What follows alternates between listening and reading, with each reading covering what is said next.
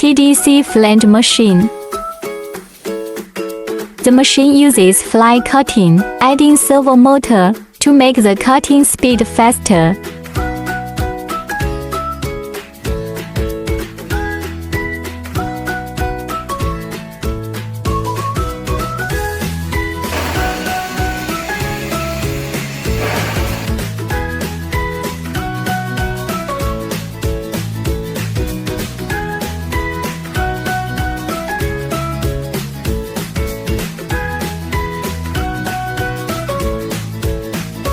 With sealing mastic injector.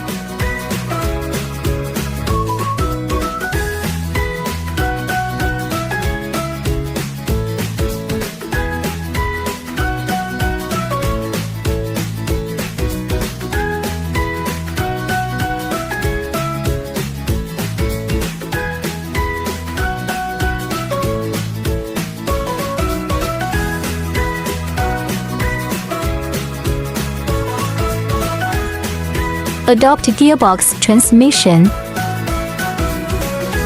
Makes it more powerful and faster molding.